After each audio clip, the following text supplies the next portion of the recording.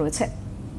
দাদা, আজকে আমরা যে বিষয়টাই বেছে নিয়েছি যে শুধুই মানুষের সঙ্গে কথা বলবো। মানুষের সঙ্গে কথা বলতে বলতেই তো অনেক দরজা খুলে যাবে। একদমই ওই যে আপনার কাছে আসবো কিনা, রেমিডি এখন দরকার কিনা, এই ধ্যান ধারণাগুলোই ভ্রান্ত, ভুল।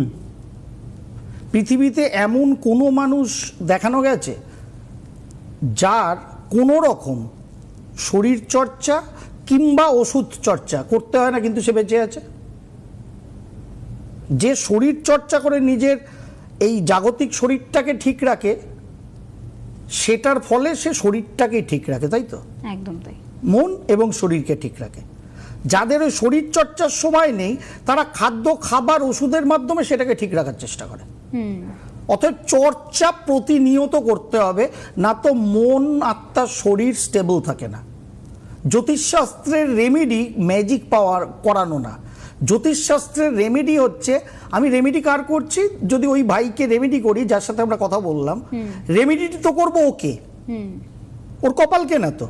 কপালটা তো এই 4 আঙুল শিখিয়েছিল ছোটবেলা থেকে, তাই বলি এটা 4 আঙুলটা, এটা কপাল না তো টাকটাকে বলতাম কপাল, যদি ওটাই শেখাতো। তা রেমেডি হচ্ছে মানুষটার, নট কপালটার। আর আপনারা খ্যাপা খুঁজে পেরে পরশ পাথর, জীবনে পশ্চিমবঙ্গের খ্যাপারা সেই পরশ পাথর পায় না। যারা বলে ওই ছায়ের গাদায় আছে, ওই ছায়ের গাদায় আছে, এই ছাই মাখিয়ে দিলাম তোমরা পরশ পাথর পাবে, পকেট ঠান ঠান গোপাল, অন্য কেউ লাভ করে বেরিয়ে চলে গেল, মুশকিল হয়ে যায় তখন।